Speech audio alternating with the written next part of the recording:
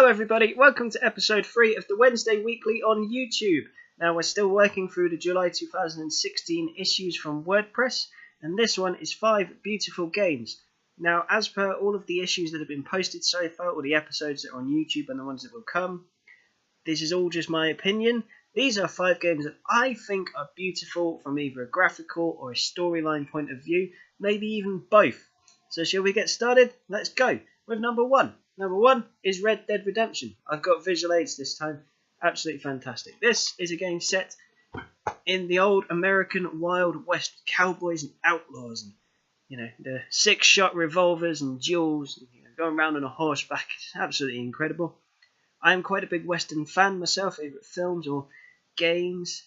So I was quite pleased when I bought this and to find out that it's just incredible. Obviously we know that Rockstar did some amazing stuff with Grand Theft Auto, and they probably will carry on. And there's going to be a Red Dead Redemption 2, so hopefully that builds on this amazing game and it just gets even better and better. But this one, it's got a great sort of open world. You can follow the path to your next town, or you can go cross country. It's up to you. You can rob banks, rob the train, have duels with people. The story is really good, and as the name suggests, you do get redemption at the end. I'm not going to ruin the story for anyone who hasn't played it. If anyone hasn't played it, where have you been? What have you been doing?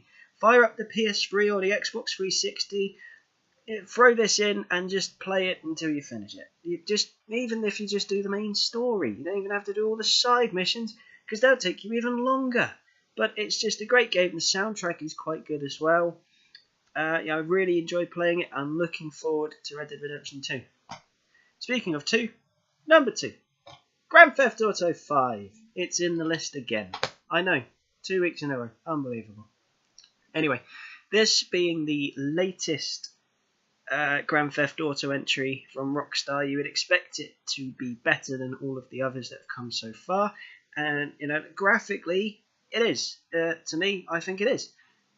Because it's on the PS4 and the Xbox One as well, so the graphics are therefore better than the PS3 and the Xbox 360, which is also available on, as well as PC. But I've heard that the console graphics are better, so win for consoles.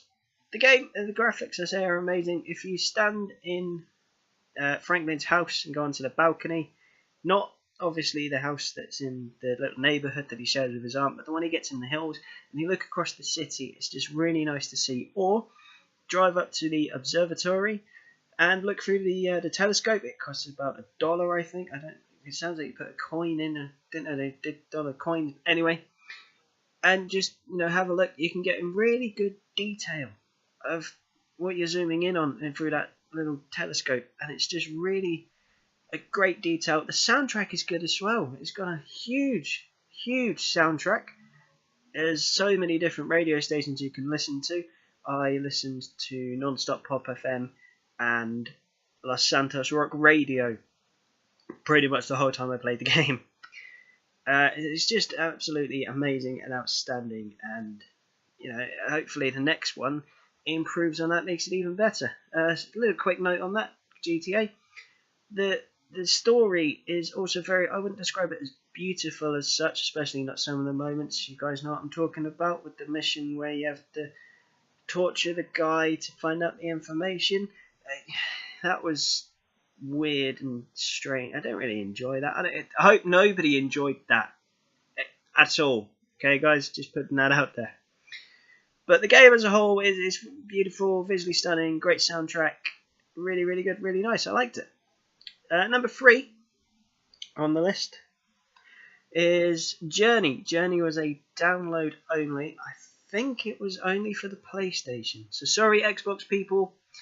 Stay tuned, because there are more coming up, I promise. But Journey is just such a simple game in the fact that you have forwards, left, right, and backwards, and I think it's a circle button to use your power to fly, and that's the controls. And you get your little character to walk towards the light at the top of the mountain. They say don't go into the light, but go towards the light. That is the whole point of the game. And I think what makes this beautiful is, again, the soundtrack is great, and just its simplicity. It's your character. It doesn't have a name. It doesn't have a face. It's wearing a hood and you can see 2 eyes. And that's all you can see. And I think that's what makes it beautiful, just the pure simplicity of it. And, you know, sorry for the pun, the journey you go on to get to the top of the mountain is incredible. Number 4 is Everybody's Gone to the Rapture, another download-only title. And this one is set in the 1980s in an English village called Yorton. That's not a real village. I have looked it up. I have tried to find it. It's one they made up because I wonder if this is a real place, where it actually would be in the country. But it's not. It's not real. Stop Googling. Close Google. It's not real. I've checked for you. Basically, it's a first-person kind of thing. So again, it's like you are the character. They're, you know, not forcing a character that they've made onto you, which sometimes is a good thing, sometimes not so much. But this one I think is, because you have to find out what happened to everybody. Where did everybody go?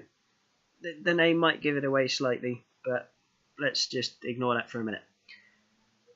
It's not sort of up there with graphics of Grand Theft Auto, for example, but it is still an amazing game to play. You can do it in one sitting. I mentioned this in a previous episode. I did it in about 6 hours. That's not 100%ing it, but it is just so really good. And you know, you want to find out what happened, and it's a really actually good representation of your classic 1980s English village. I wasn't alive in the 80s. I was born in 1993, but it's a good representation of a classic English village. I won't say in the 1980s because I don't exactly know, but if I'd like to picture a village in the 80s, I think that's what it would look like. So yeah, just go and check that game out, give it a go. I say, if you get like a Sunday afternoon, you think, what can I do today? Play Everybody's Gone to the Rapture. Absolutely superb. You won't regret it. And if you do, come back and tell me in the comments. Final entry for this list, number 5. There are 5 there? There's a 5 there. Is Assassin's Creed Syndicate. I'm a big fan of the Assassin's Creed series, and not just because this is the latest one, but this is my favourite of the entire series. Partly because it's set in London. London is my favourite city. I love going to London for, you know, day trips. I went there. This is 2017 now, so I can say this. I went there just the other day for a show. And every time I go there, it's a different city. But this is set in Victorian London. And it's just amazing. The graphics, again, like Grand Theft Auto, are absolutely superb. You can stand on top of St. Paul's Cathedral or even Big Ben and look around. You can see for miles and miles. And they've even put in the old Victorian smog. The smog is in the game. The Thames is dirty, and it's just coming into the steam revolution. So your base, I don't think I'm giving too much away when I say this, your base is a steam train. Phenomenal game. Brilliant graphics, and to add to the already cracking soundtrack, there's little music boxes around that you need to collect, and some of them are all classical tunes. My favourite is Abide With Me. Absolutely superb. I know Ubisoft gets a lot of kind of, they put one out every year, and it's never, you know, there's always a few bugs, it's never perfect. Please show me a game that is perfect in every single way. This game, for me, was almost as close as it gets. And again, because it's in London, I absolutely love it. And it had the first female lead playable character in the Assassin's Creed series, the lady over my shoulder there, Evie Fry.